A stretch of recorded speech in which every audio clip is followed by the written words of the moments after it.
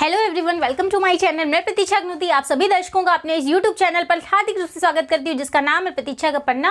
और आज के इस वीडियो में मैं आपको बताऊंगी कि जो हमारी मैटर की स्टेजेस थी उसमें फिजिकल स्टेट के बारे में मैं आपको बता चुकी हूँ। और आज के इस वीडियो में आपको मैं केमिकल स्टेट जो है मैटर की उसके बारे में बताऊंगी कि केमिकल स्टेज में क्या क्या होता है और कौन सी स्टेजेस आती हैं केमिकल स्टेजेस में। सो प्लीज़ वीडियो को लास्ट तक देखिएगा।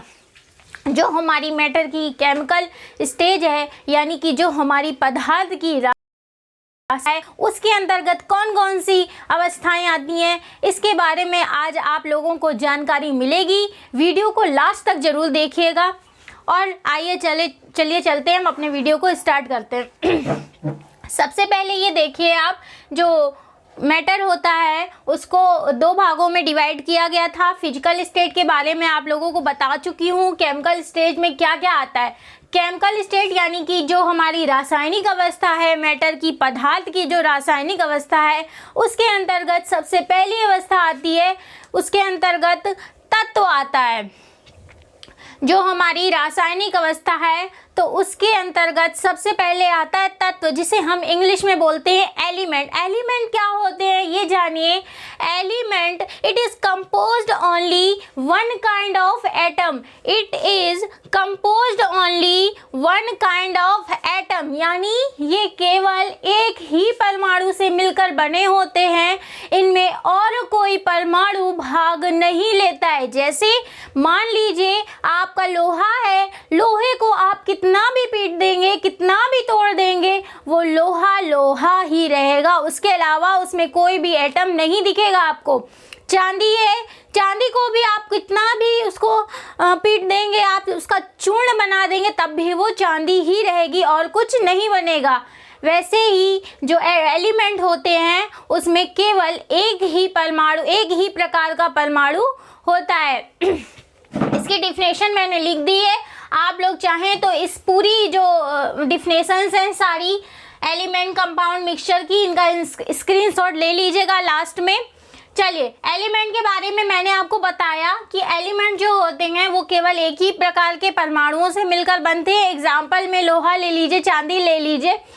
फिर आते हैं, बात करते हैं कंपाउंड्स क्या होते हैं, यौगिक क्या होते हैं। तो जो कंपाउंड्स होते हैं वो it is composed only two और मोर एलिमेंट। जो कंपाउंड्स होते हैं ये दो या दो से अधिक एलिमेंट से मिलकर बनते हैं। यानी कि जो हमारे कंपाउंड यानी यौगिक हैं वो दो या दो से अधिक तत्वों से मिलकर बनते हैं। तत्व क्या, जो मैंने आपको बताया, लोहा हो गया, चांदी हो गया, कोई भी पीरियोडिक टेबल में जितने भी सिंबल्स हैं वो सारे हमारे एलिमेंट्स हैं। उन एलिमेंट्स में दो या दो से अधिक एलिमेंट्स को लिया जाता है और जब वो किसी एक फॉर्मूले को बना लेते हैं तो उसे यौगिक कहते हैं। यौगिक फॉर्मूला बनाता है। जैसे मान लीजिए जो जल होता है, जल का फॉर्मूला होता है H2O। कार्बन डाइऑक्साइड गैस होती है, इसका फॉर्मूला होता है CO2। हम जानते हैं कि जो हमारा जल होता है उसका फॉर्मूला H2O है। तो इसमें 2 मोल हाइड्रोजन के हैं और 1 मोल ऑक्सीजन का है।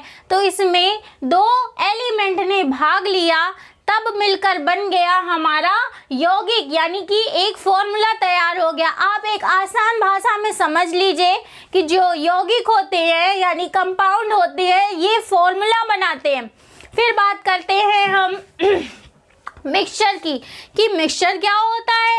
मिक्सचर वो होता है, a mixture is a physical combination of 2 और मोर सब्सटेंस। मिक्सचर जो होता है, जो हमारी पदार्थ की भौतिक अवस्थाएं होती है उन सब का कॉम्बिनेशन होता है। यानी कि हमारी जो पदार्थ की भौतिक अवस्थाएं होती हैं, ठोस, द्रव, गैस, उन सबको मिलाकर मिक्सचर बनता है। मान लीजिए आपने शरबत बनाया तो शरबत में जो चीनी पड़ी है वो ठोस है, पानी जो है वो लिक्विड है, और जब आपने उसको घोल दिया तो वो एक मिक्सचर बन गया। मिक्सचर बन गया। मिक्सचर में कोई फॉर्मूला नहीं होता है। आप शरबत बनाएंगे, इसका कोई फॉर्मूला नहीं होता है, मिट्टी का कोई फॉर्मूला नहीं होता है। मिक्सचर जो होता है वो सबका मिश्रण होता है। एक बार आप फिर से इन सब की डिटेल ले लीजिए। जो हमारा एलिमेंट होता